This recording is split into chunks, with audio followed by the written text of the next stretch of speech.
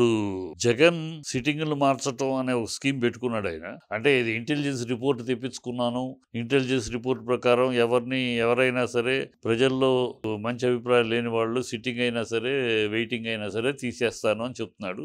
ఆ కోవలోనే మంత్రి రోజాకు కూడా టికెట్ రాదు అనే మాట వినపడుతోంది. వేరే ఏదో పదవిలో కూర్చోబెడతారు అనుకోండి. అంటే సిట్టింగ్లు మార్చటం అనేది ఒక స్కీము. ఇప్పుడు మరి ఇక్కడ తెరాస ఆ సిట్టింగ్లు మార్పు ప్రయోజనం చేయలా.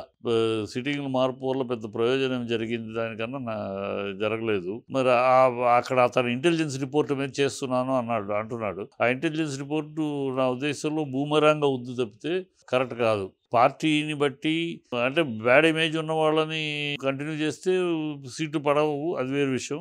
అది ఆ లెక్కలో చేస్తున్నాడు ఆయన. కాకపోతే ఏంటంటే అతనికి అడ్వాంటేజ్ ఎక్కడుందంటే జగన్కి ఆంధ్ర రాష్ట్రంలో అపోజిషన్ పార్టీలు చాలా వీక్గాను, అర్ధరహితంగాను, బాధ్యతారహితంగాను, విషయ పరిజ్ఞానం లేకుండా ఊరినే గాలితరంగా మాట్లాడటం తప్పితే విషయంతో మాట్లాడటం లేదు. అందువల్ల అతనేమో ప్రజల దగ్గరికి వెళ్ళి నా వల్ల మీరు లబ్ధి పొందితే నాకు ఓటేయండి అని గౌరవంగా అడుగుతున్నాడు. లబ్ధి పొందితే ఓటేయండి, లేకపోతే మానేయండి అని. వాలంటీర్సు ప్రాపగాండా శుభ్రంగా వాలంటీర్సు పనిచేస్తున్నారు. అందుకని అతను కాన్ఫిడెన్స్లో వెళ్తున్నాడు. ఇక్కడ చూస్తే అపోజిషన్ పార్టీలు తెలుగుదేశం తీసుకుంటే వెళ్ళాడు 3000 కిలోమీటర్లు 91 రోజులు 92 రోజులు ఏదో పాదయాత్ర చేశాడు. ఏం సాధించాడయ్యా? పాదయాత్ర గురించి జనాలు ఎప్పుడైనా ఒక రాజశేఖర రెడ్డి గారు పాదయాత్ర చేస్తే జనాలు రోజు దాని గురించి చర్చించుకునేవారు. రామారావు గారు పాదయాత్ర చేస్తే జనాలు చర్చించుకున్నారు. వీళ్ళు ఈ పాదయాత్ర ఎవడైనా చర్చిస్తున్నాడు. వీళ్ళు తినటము, తిరగటము, అరవటము, కేకలేయటము, ఏ కాన్స్టిట్యున్సీకి వెళ్తే ఆ కాన్స్టిట్యున్సీ ఎమ్మెల్యేని తిట్టడము, అంత చూస్తాం తాడతే ఈ మాటలు తప్పితే మీరు వస్తే ఏమిటి అని మాట చెప్పట్లేదు. మేము వస్తే ఇప్పుడు ఆయనేమో మేము వస్తే ఇవి ఉన్నాయి, ఇప్పుడు చేస్తున్నాం, మీకు లబ్ధి పొందారు, ఈ ప్రభుత్వం వల్ల మాకు లాభం చేకూరింది అనుకుంటే, ప్రయోజనం పొందింది అనుకుంటే ఓటేయండి అని అడుగుతున్నాడు. అంతేగాని వాళ్ళని ఓడించండి, వాళ్ళని తరిమి కొట్టండి అని మాట్లాడాలి. మీరేమో ఎంతసేపు అతన్ని ఓడించండి, మమ్మల్ని గెలిపించండి అని అడగండి. నెగిటివ్లో అడుగుతుంది తెలుగుదేశం మొత్తం.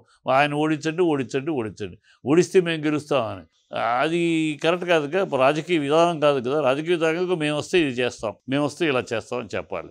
అది చెప్పలేకపోతే ఏం చెప్పలేదంటే 14 ఏళ్ళు మీరు పరిపాలించారు కదా, ఏం పీకారని అడుగుతారు. 14 ఏళ్ళు పీకలేదు, ఇవాళ కొత్తగా పీకుతామని చెప్తారేంటయ్యా అని అడుగుతారు ప్రజలు. అందుకు భయపడి ఈ కహానీలు కథలు చెప్తున్నారు. కనుక అతనికి బూమరాంగ్ అవుద్దా అనేది ఈ పరిస్థితులు ఏం చెప్పలేము. ఇంకా కొంతకాలం పోవాలి. ఇప్పుడున్న పొజిషన్లో అపోజిషన్ డైల్యూట్ అయిపోయింది. దశ లేకుండా ఉంది అపోజిషను. పవన్ కళ్యాణ్ ఇక్కడేమో తెలంగాణలోనేమో బీజేపీతోటి స్నేహం, అక్కడేమో తెలుగుదేశంతో స్నేహం, మళ్ళీ బీజేపీ తెలుగుదేశం కలిసి ఉండదు, కలవదు, వాళ్ళు వేరే అంటున్నారు. ఎంత ఈ కన్ఫ్యూజన్లో ఈ దరిద్రం ఎందుకని ప్రజలు ఏది చేస్తున్నాడు కదా అని అతనికే మొగ్గు చూపే అవకాశం ఉంది. బూమరాంగ్ అవ్వడం కాదు, ఇంకా కొంతకాలం ఎన్నికలకే దగ్గర పడి ఫిబ్రవరి తర్వాత పరిస్థితి ఏంటో చూడాలి. కానీ ఇప్పుడు యాజ్ ఆన్ టుడే ఈ అపోజిషన్ చాలా దౌర్భాగ్యంగా ఉన్న అపోజిషన్ ఆంధ్రాలో. ఎక్కడా ఏ రాష్ట్రంలోనూ ఇంత దౌర్భాగ్యపు అపోజిషన్ ఏ రాష్ట్రంలో లేదు మన ఆంధ్రాలో తప్పితే. కనుక అతనికి బూమరాంగ్ అవుద్ది అనేది ఏం చెప్పలేము.